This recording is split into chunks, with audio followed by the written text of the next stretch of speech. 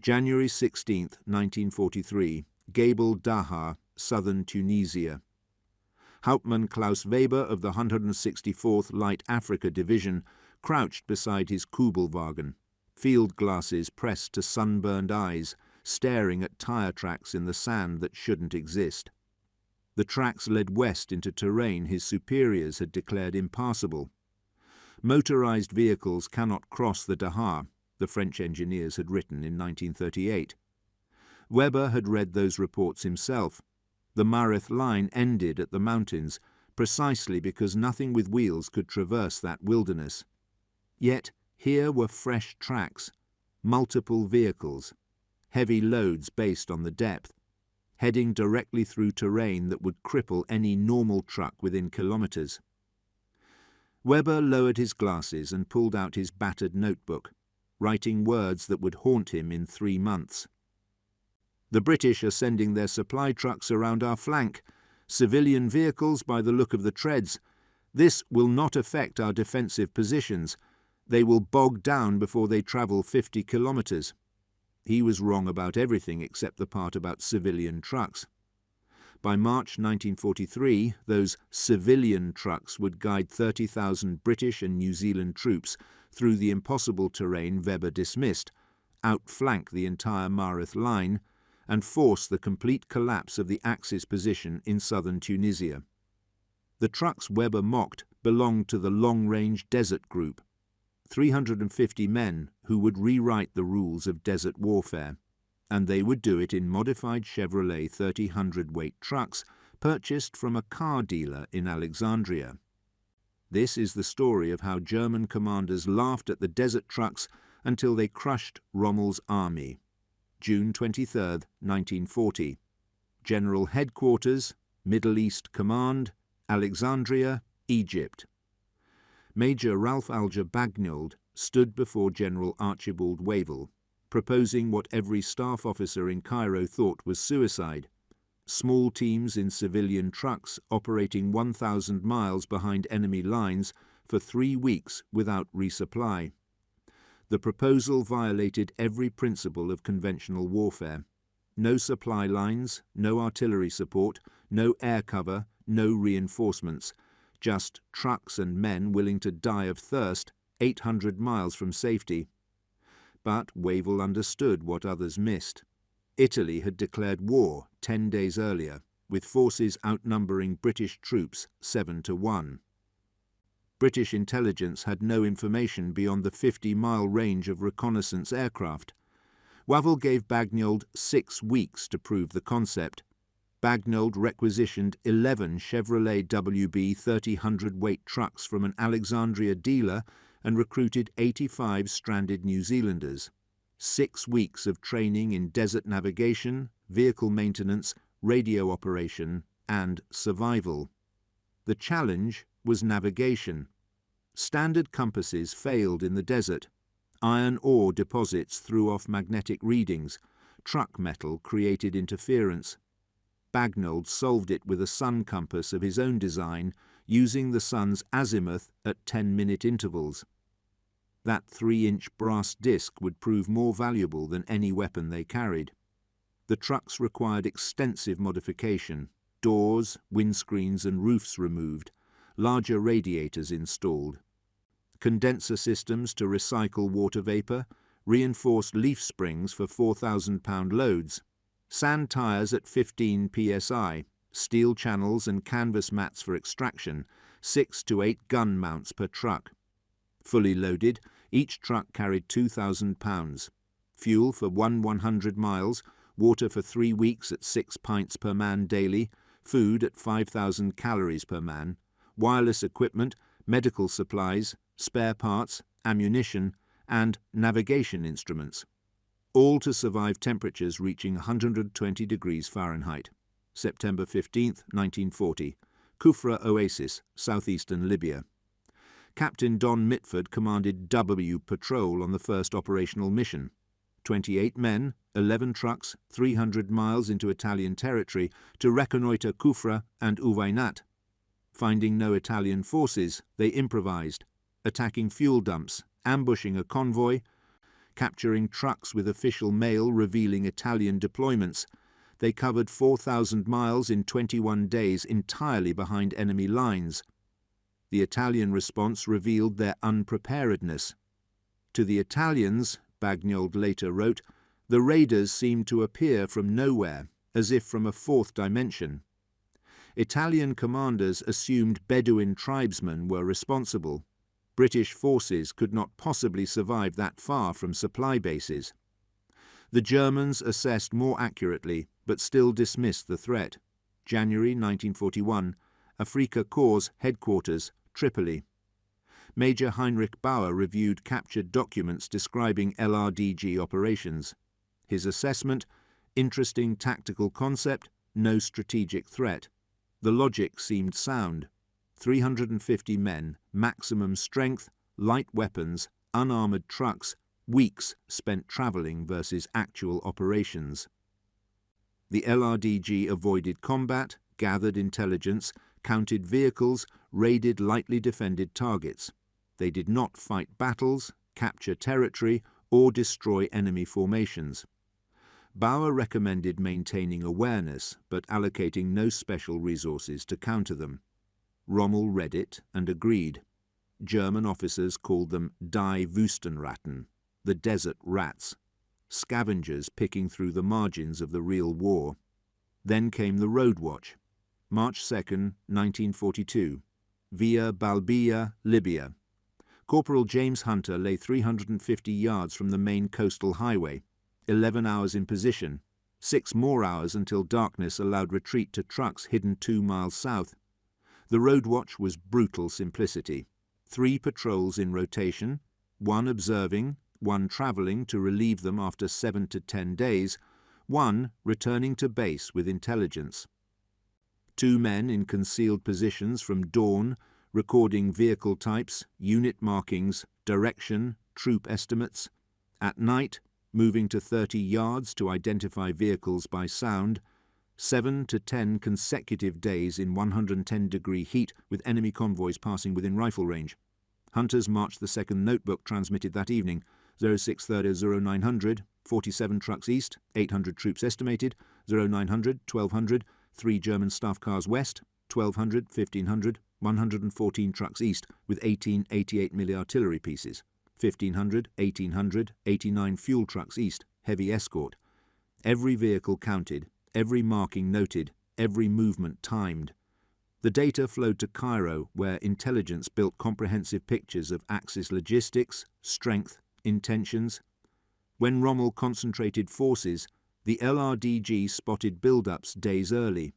When reinforcements arrived, the LRDG counted them. When fuel shortages curtailed operations, the LRDG documented decreased traffic. From March 2 to July 21, 1942, continuous observation.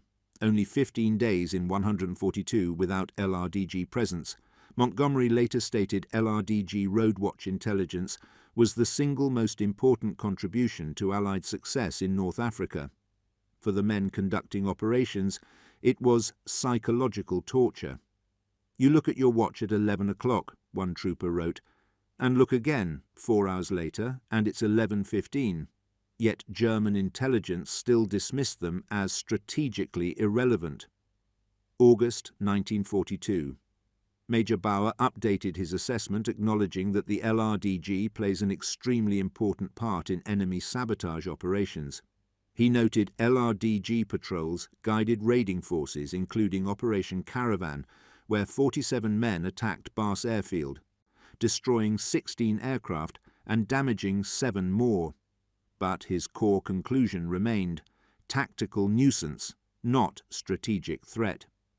350 men could not affect battles involving hundreds of thousands. They destroyed aircraft, but could not prevent air superiority. They counted supplies, but could not meaningfully interdict them. Most importantly, they operated in empty desert, far from the decisive coastal battles.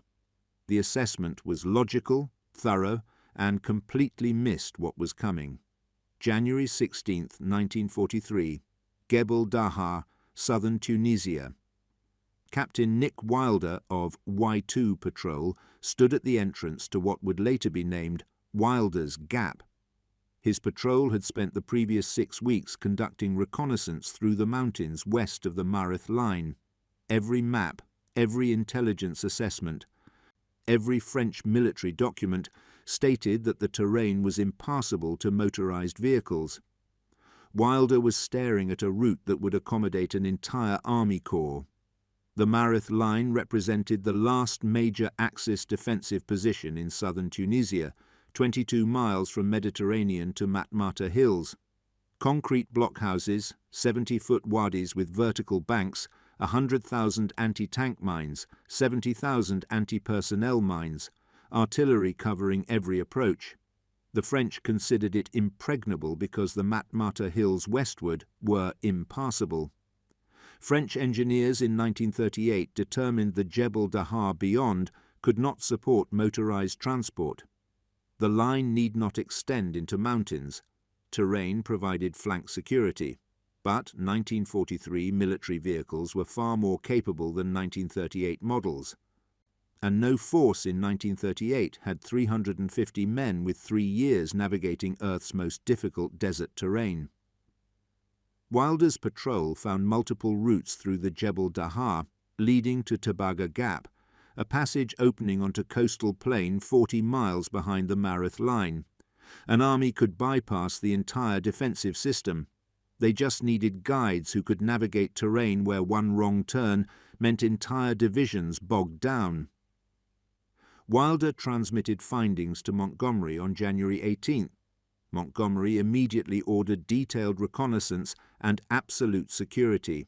If Germans learned the line could be outflanked, they would extend defences or position reserves. The security held.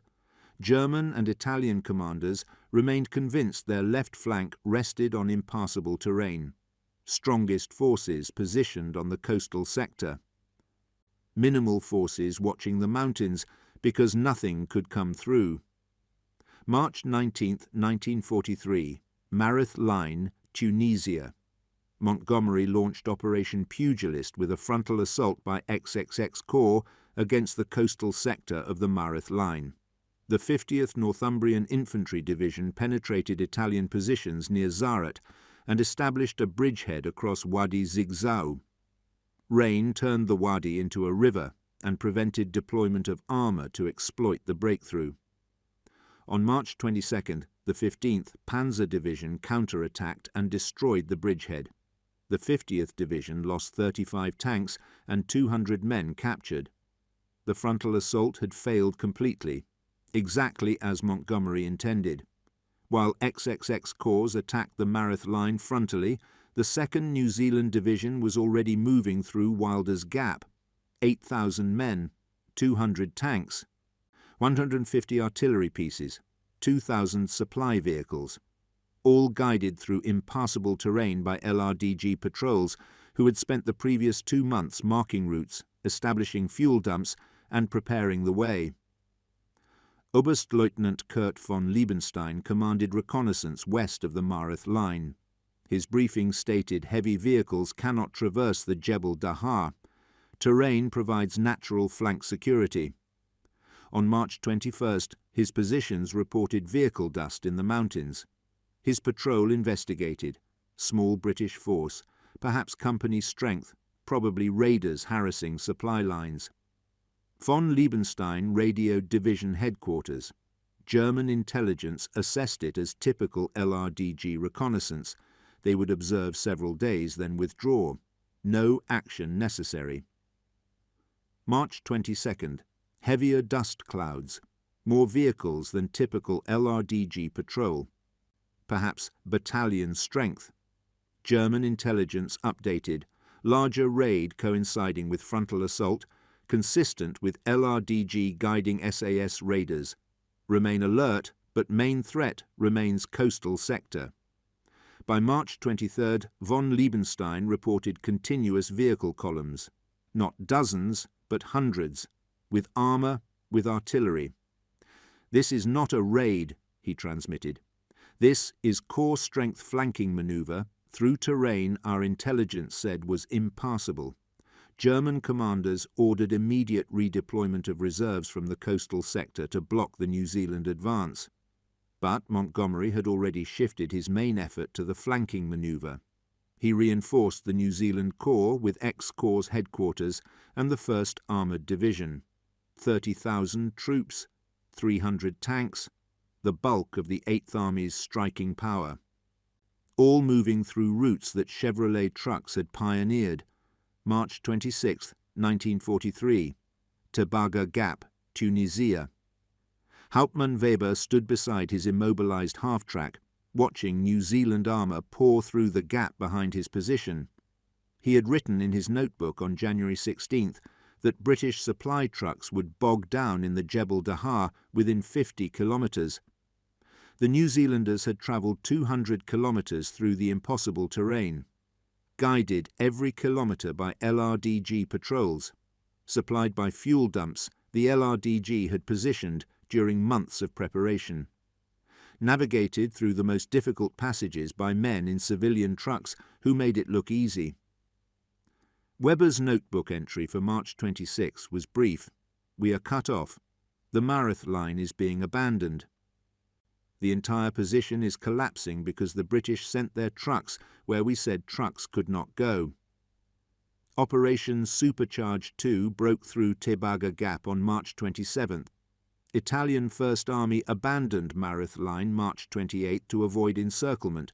By March 31st, Axis forces retreated 40 miles to Wadi Akarit, not through overwhelming firepower or superior numbers or technological superiority, because 350 men in civilian trucks found a way through impossible terrain, and German commanders spent 3 years dismissing those trucks as strategically irrelevant. The numbers told the story German intelligence missed. 8th Army, 4,000 casualties, mostly from the failed frontal assault. The flanking manoeuvre succeeded with minimal casualties because German forces defended against attacks that never came. Axis losses, 7,000 prisoners, including 2,500 Germans. More importantly, psychological impact. Being outflanked through impossible terrain shattered confidence in German defensive planning. Rommel himself reportedly said the LRDG caused us more damage than any other British unit of equal strength. The Germans paid the ultimate compliment by forming Sonderverband 288, led by Bagnol's pre-war colleague Count Laszlo Almasi. Too late. Tunisia fell. May 1943, 250,000 Axis troops surrendered. Mediterranean became Allied lake, path to Sicily and Italy opened.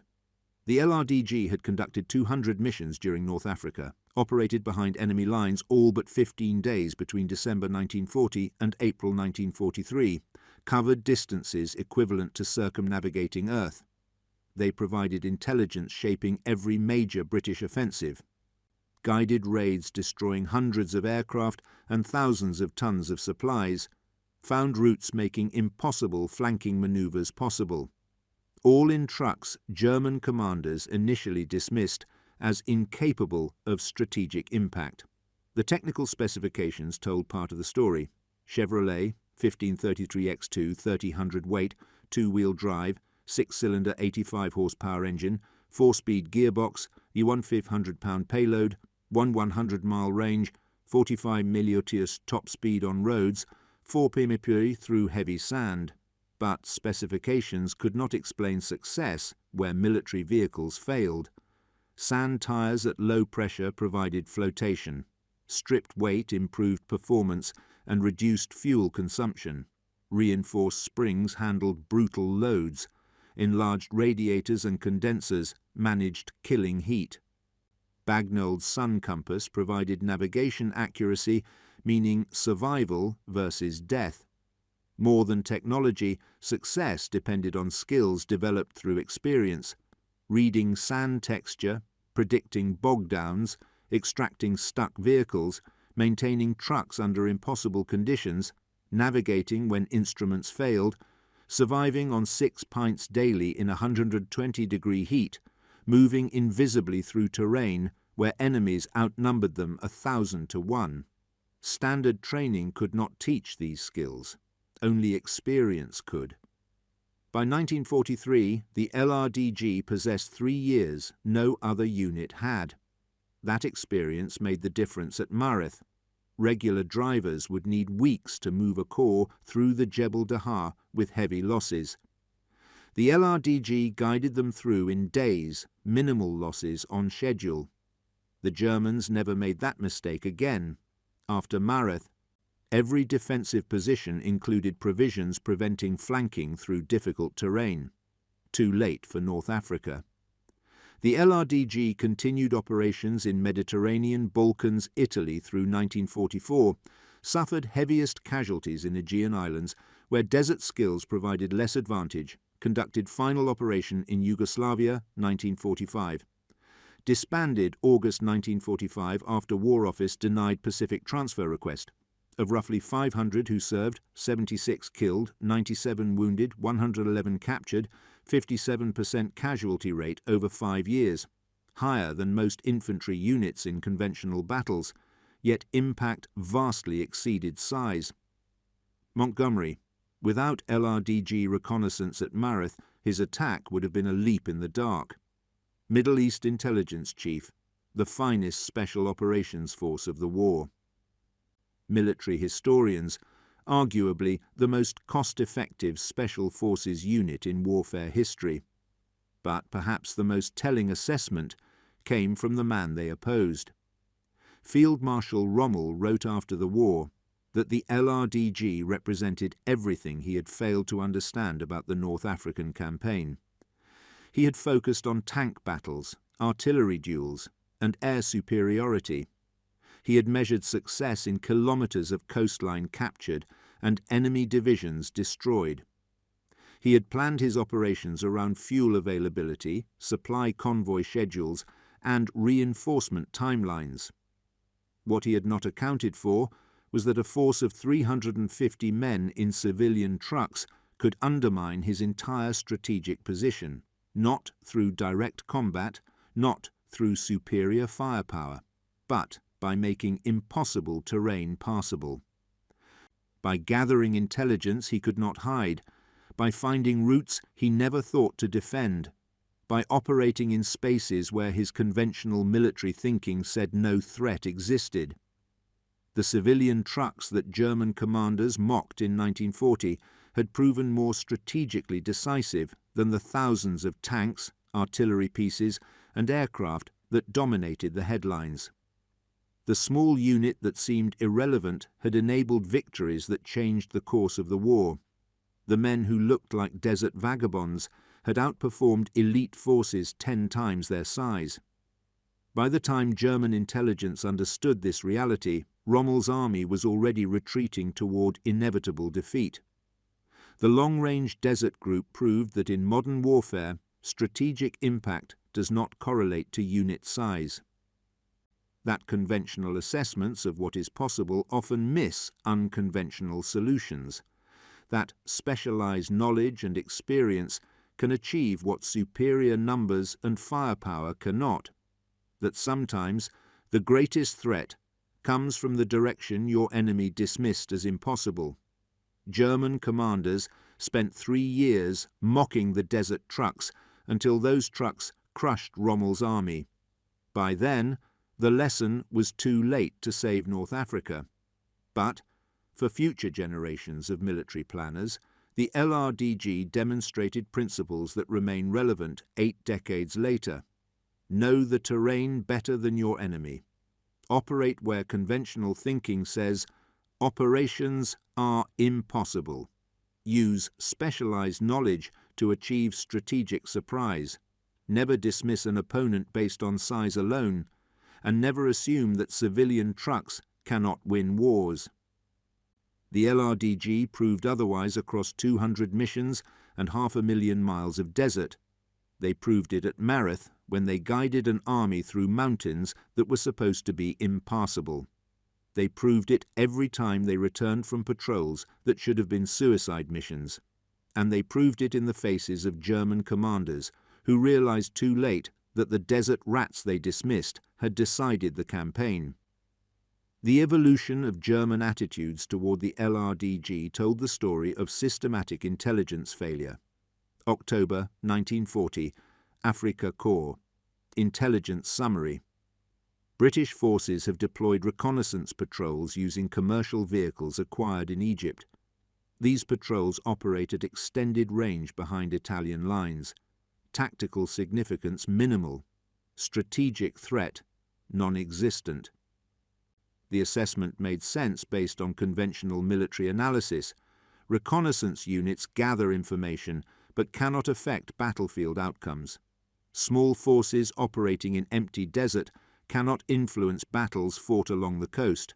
Unarmored civilian trucks cannot survive against professional military forces. Every assumption was reasonable. Every assumption was wrong. December 1940. Italian intelligence report, Cyrenaica Command. Our forces have encountered British raiding parties operating from desert bases previously thought uninhabitable. These forces appear to be using modified civilian trucks capable of extended desert operations. Raids have targeted fuel depots, supply convoys, and isolated outposts. Italian forces have nicknamed the British raiders Battaglia Fantasma, the Ghost Patrol. The Italian assessment identified the tactical problem but failed to grasp its implications. British raiders could strike and disappear before Italian forces could respond. They operated from bases hundreds of miles from the nearest Italian position. They moved through terrain where Italian vehicles could not follow. They gathered intelligence that somehow reached British commanders despite operating beyond radio range of Egypt. How they accomplished this remained mysterious to Axis intelligence. The answer lay in the technical innovations Bagnold had pioneered. The sun compass provided navigation accuracy of plus or minus 5 miles over 500-mile journeys. The wireless sets, specially modified for desert use, could transmit intelligence over 300 miles with the right atmospheric conditions. The fuel dumps, carefully cached during earlier patrols, extended operational range to over 2,000 miles. The navigation techniques, learned through years of pre-war exploration, allowed LRDG patrols to find those dumps in trackless desert. But to German and Italian intelligence officers studying the phenomenon from captured documents and prisoner interrogations, it seemed almost magical. How do they find their way without landmarks? How do they survive on 6 pints of water per day? How do their trucks handle loads that would destroy normal vehicles? How do they repair breakdowns hundreds of miles from any workshop? How do they evade aerial reconnaissance across open desert? The questions had answers. But the answers required accepting that the British had spent years developing specialized knowledge that conventional military training did not provide. German commanders were not ready to accept that proposition in 1941, March 1941, Rommel's first offensive. The Afrika Korps smashed through British defences in Cyrenaica, recapturing territory the Italians had lost months earlier. German armour proved superior to British tanks in every encounter. German tactics overwhelmed British defensive positions. In 3 weeks, Rommel advanced 400 miles and drove British forces back to the Egyptian border. During that offensive, LRDG patrols operated continuously behind German lines. They counted every German tank moving forward. They observed every supply convoy. They noted every concentration of forces. They transmitted all of it to British headquarters. The intelligence did not prevent the German victory, but it ensured that the British understood exactly what they faced. No German movements surprised British commanders because LRDG patrols had already reported them. German intelligence noted LRDG activity during the offensive, but classified it as irrelevant. The LRDG observed German movements but did not prevent them. They gathered intelligence but could not stop German armour. They operated behind German lines but avoided combat. From a conventional perspective, they accomplished nothing meaningful. April 1941. Kufra Oasis. The LRDG relocated their main base from Siwa to Kufra, 500 miles deeper into the Libyan desert. The move required crossing the Great Sand Sea, a wasteland of dunes reaching 600 feet high that Italian forces considered completely impassable. The LRDG crossed it in 6 days with the loss of 1 truck to mechanical failure. The distance from Kufra to the nearest German position exceeded 400 miles. The route involved crossing terrain where a single navigation error meant death from thirst. The base had no natural defences and could be overrun by a single company of infantry. Yet, from Kufra, the LRDG could strike targets throughout southern Libya and operate for extended periods behind Axis lines without the risk of discovery. German forces would have needed to detach an entire battalion to attack the base, but sending a battalion 400 miles into the desert to attack 350 men made no tactical sense. So the LRDG operated from Kufra with complete impunity. German intelligence noted the relocation and filed it under low-priority items requiring no immediate action. May 1941. Via Balbia Coastal Road. T-Patrol spent 3 weeks observing the main Axis supply route. They positioned themselves 2 miles from the road with trucks camouflaged using nets and local vegetation. 2-man teams rotated into observation positions each day. They recorded 3,147 vehicle movements during the patrol. Every truck, every tank, every staff car. Direction of travel, unit markings, estimated cargo, vehicle condition, speed, escort strength. The data revealed that Axis forces were receiving 400 tons of supplies daily, falling 200 tons short of minimum requirements. British intelligence concluded that Rommel could not sustain offensive operations without increasing supply deliveries. Montgomery used this intelligence to time his offensives for periods when Axis logistics were most strained. German intelligence intercepted some of the LRDG wireless transmissions. Cryptanalysts could not break the codes quickly enough for the intelligence to be actionable, but they could analyze transmission patterns and frequencies. The analysis confirmed that the LRDG was conducting systematic observation of Axis supply routes. German counterintelligence recommended implementing measures to detect and destroy LRDG observation posts. Mobile patrols were dispatched to sweep areas near major roads. Additional aircraft were allocated to reconnaissance missions. Not a single LRDG patrol was detected or engaged during roadwatch operations. The German patrols searched in wrong locations using wrong techniques. They looked for vehicle tracks near roads. LRDG patrols positioned their trucks 2 miles away, where tracks blended into natural desert disturbance. They searched during daylight when observation was easier. LRDG movements occurred at night when aircraft could not track them. They searched along predictable routes. LRDG patrols used routes that zigzagged through rough country specifically to avoid detection. Every German countermeasure failed because they were designed to counter conventional reconnaissance operations. The LRDG was not conventional. September 1942. Operation Caravan. 47 men from G1 and T1 patrols travelled 155 miles to attack the Italian airfield at Bas. The journey took them through territory where German and Italian forces outnumbered them several hundred to 1. They travelled at night using Bagniold sun compasses modified with luminous markings. They hid during the day under camouflage nets that rendered them invisible from aircraft. The attack destroyed 16 aircraft confirmed, possibly as many as 35 based on Italian prisoner reports. The raiders lost 6 men wounded and 10 captured. They travelled 1,955 miles back to base through Axis-controlled territory.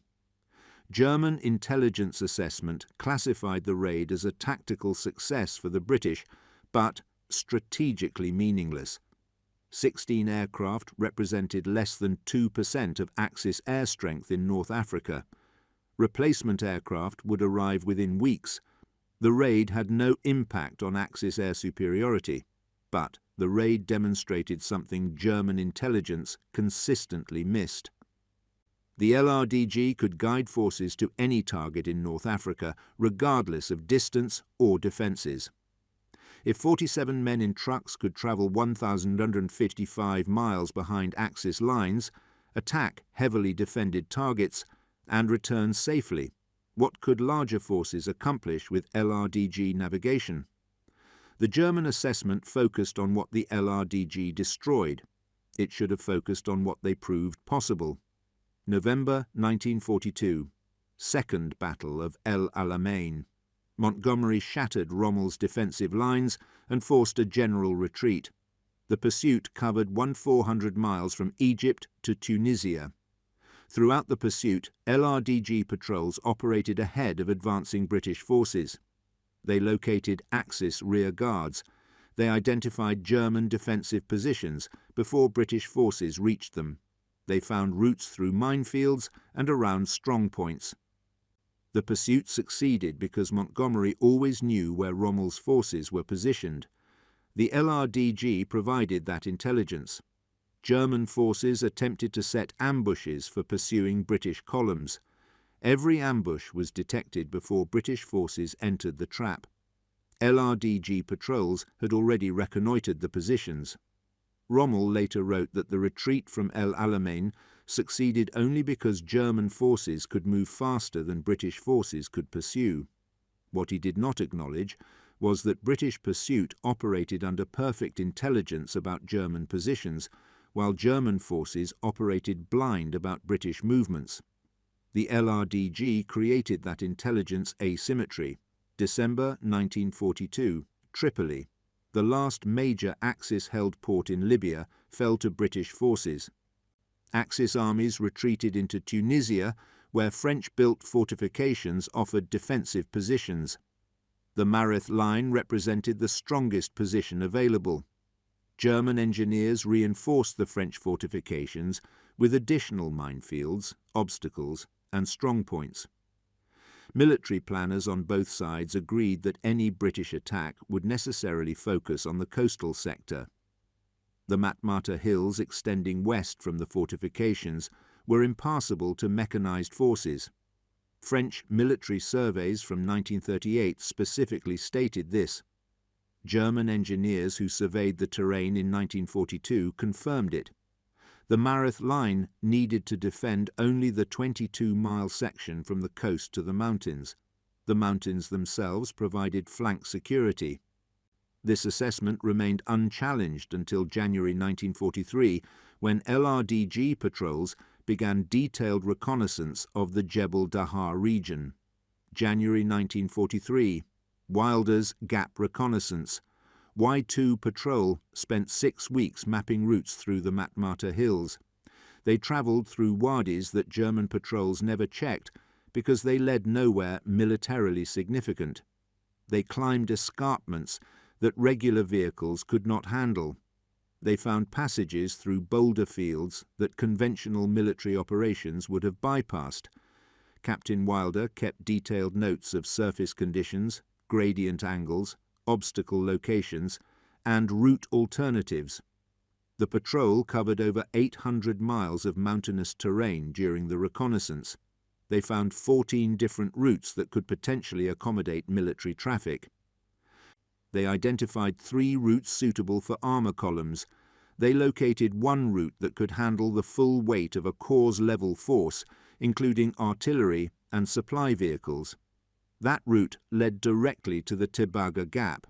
German patrols operating in the same region during the same period found nothing of military significance. They looked at the same terrain and saw impassable obstacles. LRDG patrols looked at the same terrain and saw routes. The difference lay in 3 years of experience crossing terrain that regular forces considered impassable. Wilder transmitted his findings with an urgent priority classification. Montgomery received the intelligence on January 18th. He immediately ordered absolute security classification and began planning the flanking maneuver that would decide the Battle of Mareth. German intelligence intercepted fragments of wireless traffic indicating increased LRDG activity in the Matmata Hills region. Analysis concluded that the British were conducting routine reconnaissance patrols. No special significance attached. February 1943. Mareth Line defences.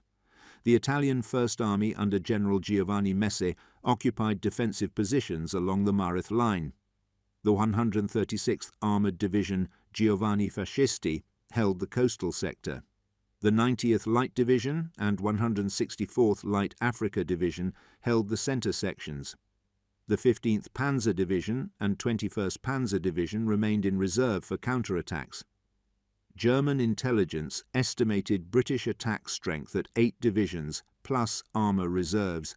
They predicted the main attack would focus on the coastal sector where terrain favoured armoured operations. They expected secondary attacks against the centre positions to prevent German forces from concentrating reserves. They anticipated that British forces would attempt to outflank the line through the Tebaga Gap, but assessed this as a supporting effort, not the main attack. Every assessment was logical. Every assessment misread Montgomery's intentions. The Germans were preparing to defend against the wrong attack in the wrong location. March 1943. German defensive preparations. Engineers laid additional minefields in the coastal sector, bringing the total to over 100,000 anti-tank mines. Artillery positioned to create interlocking fields of fire across all approaches from the east. Anti-tank guns sighted to cover every avenue where British armour might advance. Infantry positions reinforced with concrete and steel to withstand artillery bombardment. The defences were formidable. A frontal assault would be costly even if it succeeded. German commanders were confident that they could hold the line long enough for reinforcements to arrive from northern Tunisia. What they failed to prepare for was an attack that bypassed the entire defensive system. March 19, 1943. The 50th Northumbrian Infantry Division attacked at 2200 hours. Artillery bombardment preceded the assault with 300 guns firing for 90 minutes. Sappers cleared paths through minefields under heavy fire. Infantry crossed Wadi Zigzau and established a bridgehead 2 miles deep. German reserves counterattacked immediately. The 15th Panzer Division hit the bridgehead from the north. Italian forces attacked from the south. Fighting continued through March 20th and 21. Rain turned Wadi Zigzau into a river and prevented British armour from crossing to exploit the bridgehead. The 50th Division held their positions, but could not advance. On March 22nd, German counterattacks broke through. The bridgehead collapsed. British forces retreated back across the Wadi. Operation Pugilist had failed. German commanders celebrated the defensive victory. Radio intercepts revealed British command discussions about the failed attack. Captured prisoners reported heavy casualties and low morale. German intelligence assessed that Montgomery would need weeks to prepare another assault. At that exact moment, 30,000 British and New Zealand troops were already 40 miles behind the Mareth Line defensive positions. March 21, 1943. Tebaga Gap. The 2nd New Zealand Division moved into positions at the entrance to the gap. They had travelled 200 miles through the Jebel Dahar, following routes marked by LRDG patrols. The journey that German intelligence said was impossible had been completed in 72 hours. The New Zealanders brought 200 tanks, 150 artillery pieces, and full supply trains. LRDG patrols had positioned fuel dumps every 50 miles along the route. The New Zealand Corps had not run short of fuel, water or ammunition during the entire approach march. German reconnaissance patrols in the area reported British forces present, but assessed them as a raiding party, possibly battalion strength. When reports updated to indicate larger forces, German intelligence revised their estimate to brigade strength. Not until March 23rd did German commanders realize that they were facing a corps-level force that had materialized behind their defensive lines. Oberst Friedrich von Broich commanded the 15th Panzer Division positioned to defend the Mareth Line's center sector. On March 23rd, he received orders to disengage from the Mareth positions, march 40 miles west, and block the New Zealand advance through the Tobago Gap. His after-action report captured the shock of the realization.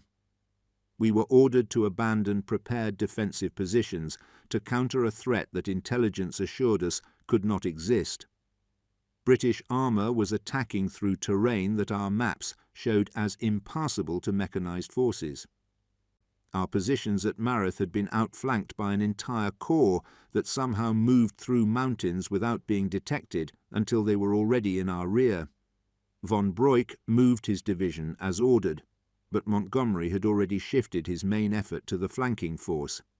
X-Corps headquarters and the 1st Armoured Division moved to reinforce the New Zealanders. The force attacking through the Tobago Gap now numbered over 30,000 men with 300 tanks. The frontal assault at Mareth became a fixing operation. The real attack was coming from the direction German planners had dismissed as impossible.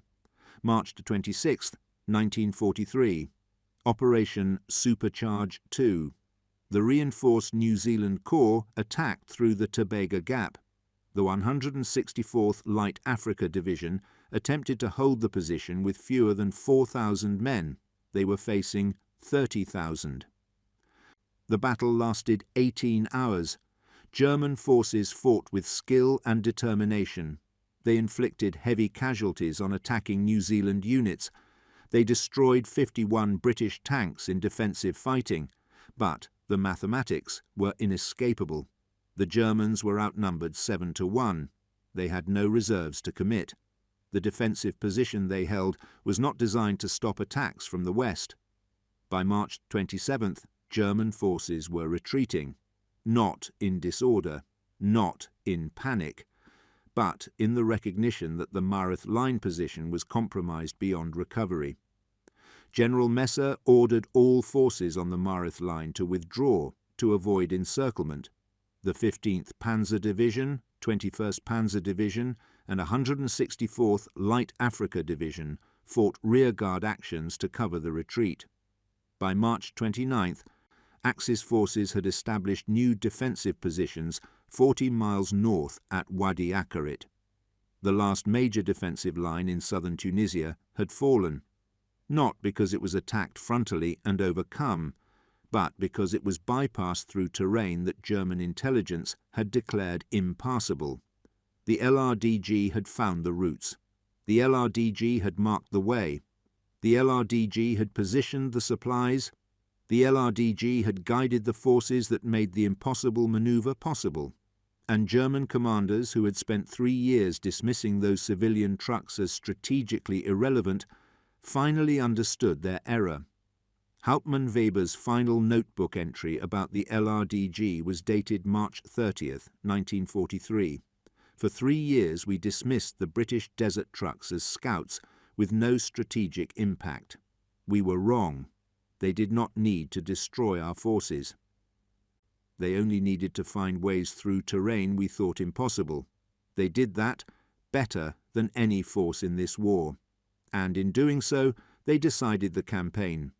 The trucks were Chevrolet 1533X2 30 hundredweight models.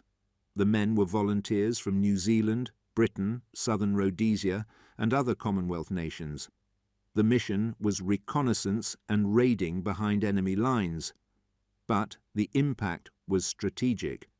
The LRDG did not just gather intelligence, they shaped the campaign by revealing possibilities that conventional planning had overlooked.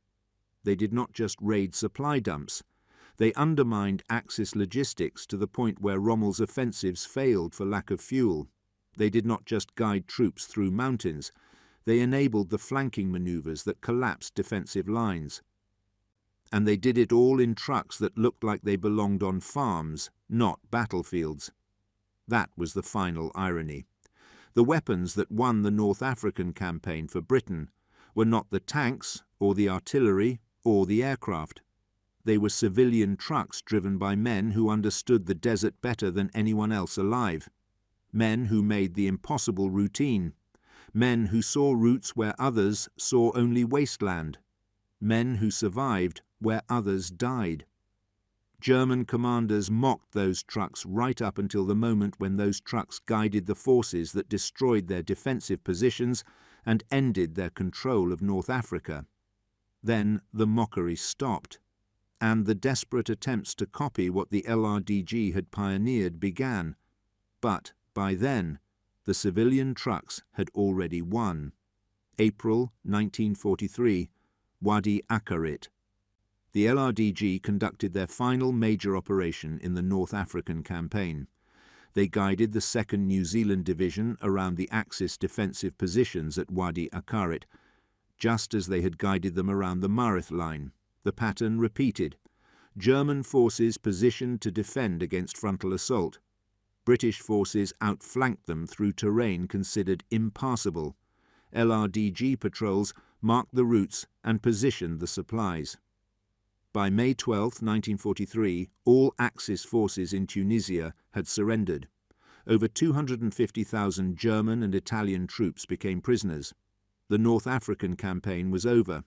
The LRDG's operational statistics told a story that conventional military analysis struggled to explain.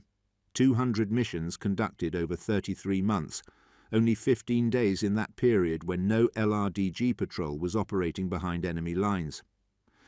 Distances travelled exceeding 500,000 miles total, fuel consumption approaching 300,000 gallons, water consumption calculated at 6 pints per man per day for over 100,000 man-days of operations. Casualties inflicted on Axis forces were difficult to quantify precisely.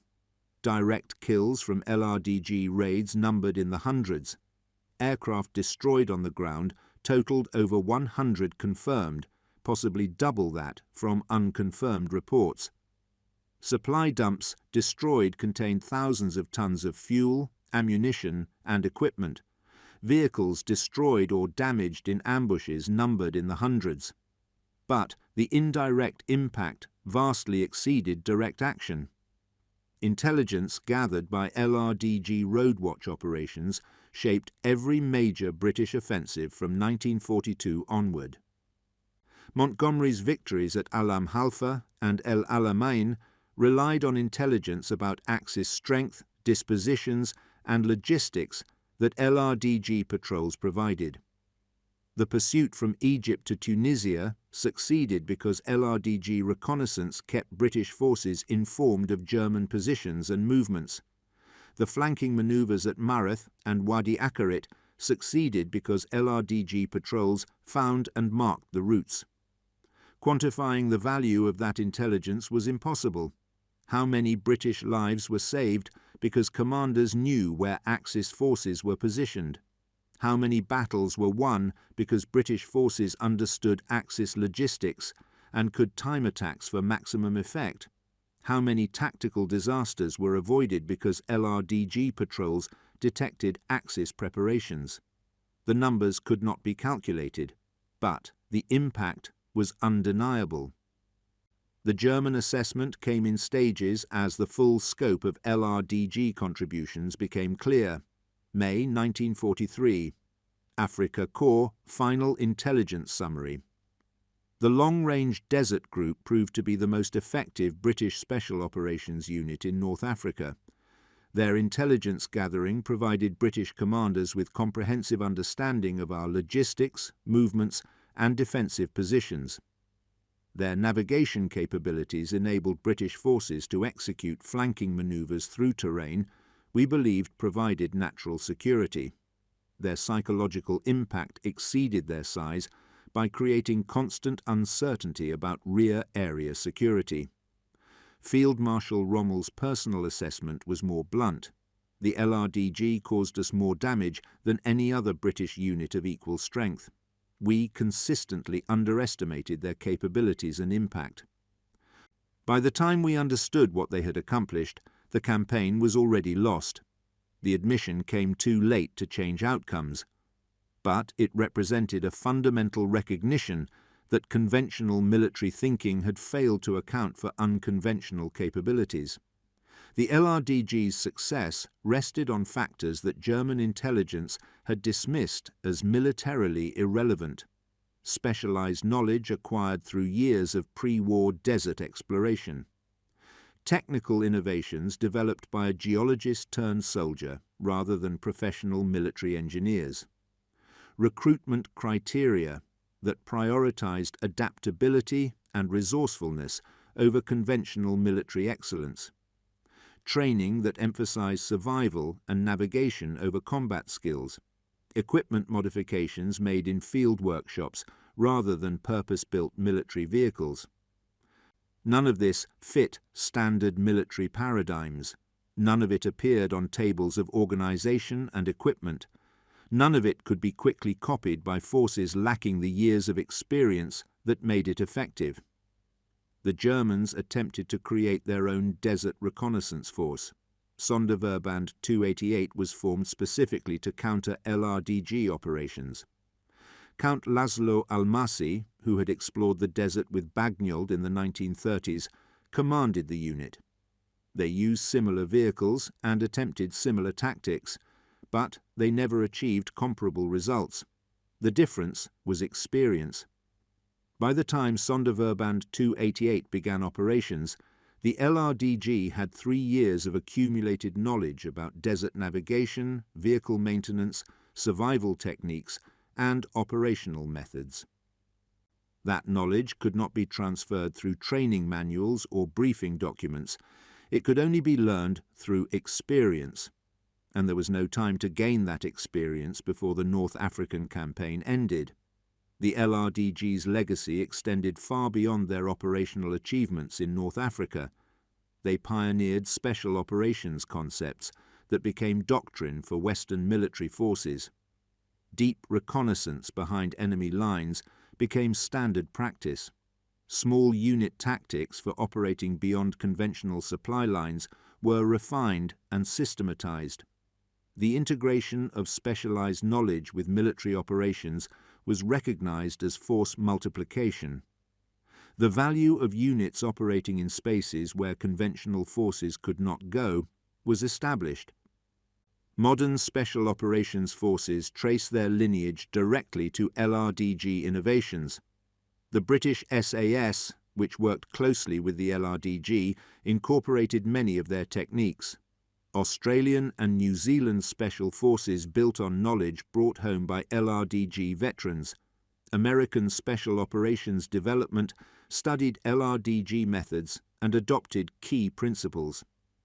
The sun compass Bagnold designed remained in use for decades. The vehicle modification techniques became standard for desert operations. The navigation methods were taught to multiple generations of desert warfare specialists. The operational patterns of long-range reconnaissance became templates studied in military staff colleges worldwide, but perhaps the most important legacy was conceptual. The LRDG proved that specialized knowledge and unconventional thinking could achieve strategic results, that small forces operating in unexpected ways could undermine conventional military superiority. That terrain dismissed as impassable might offer opportunities for those with expertise to exploit it. That intelligence gathering and route finding could be as decisive as firepower and armor. German commanders had dismissed the LRDG because their capabilities did not fit conventional military categories.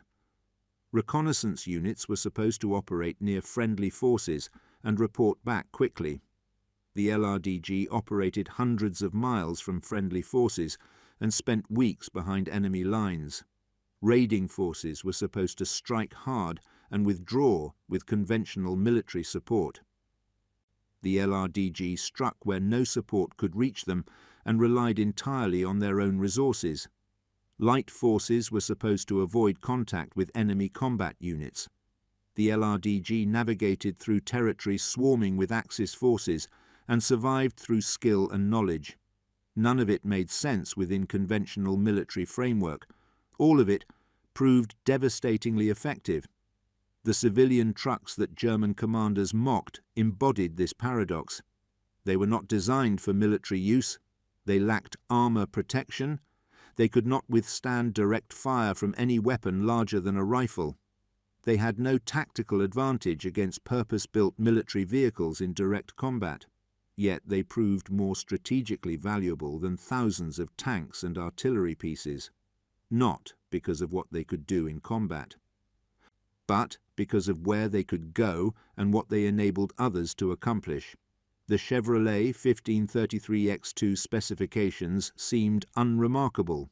85 horsepower engine, 1,500-pound payload capacity, maximum speed of 45 miles per hour, two-wheel drive, no armor, no special military features. But in the hands of men who understood desert operations, these trucks accomplished what purpose-built military vehicles could not. They crossed terrain that destroyed conventional military trucks. They operated for weeks without maintenance facilities. They navigated through featureless desert with accuracy measured in single-digit miles over 100-mile journeys. They survived in conditions that killed soldiers and vehicles from regular units. The difference was not the trucks. The difference was the knowledge of how to use them. German commanders never understood this distinction. They looked at LRDG trucks and saw civilian vehicles unsuited for military operations. They should have looked at LRDG operations and seen what specialized knowledge could accomplish regardless of equipment. By the time they recognized their error, the North African campaign was over. Tunisia had fallen. The Mediterranean had become an Allied lake.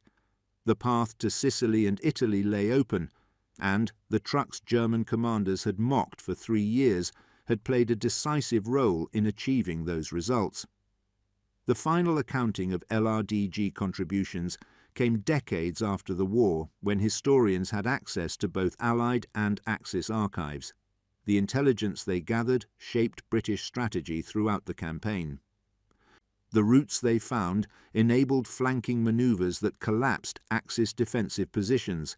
The supplies they cached sustained operations that would otherwise have been impossible. The psychological impact they created forced Axis forces to divert resources to rear area security. But most importantly, they demonstrated that warfare extends beyond conventional battlefields. The decisive actions in North Africa occurred not just in tank battles and artillery duels. They occurred in empty desert, where LRDG patrols counted vehicles and marked routes, in staff rooms where road watch intelligence informed decisions, in Jebel Dahar, where reconnaissance found ways through impassable terrain. The civilian trucks were tools. The real weapons were knowledge, skill, determination of the men who drove them. Men like Wilder mapping mountain routes for 6 weeks. Men like Hunter motionless for 11 hours observing enemy traffic. Men like Bagnold designing compasses and techniques, making it all possible. Men whose names appeared on no honours lists, but whose contributions decided campaigns. German commanders acknowledged this after the war. Too late. Mockery of 1940 turned to desperate respect by 1943. By 1945, the dismissed trucks had helped win the war. The LRDG disbanded August 1945, never more than 350 men operating in civilian trucks, dismissed by German intelligence for 3 years as strategically irrelevant. They proved impact is not measured by size, that specialized knowledge triumphs over conventional superiority, that unconventional thinking reveals opportunities orthodox planning misses, that sometimes the greatest weapon is knowing what others think impossible.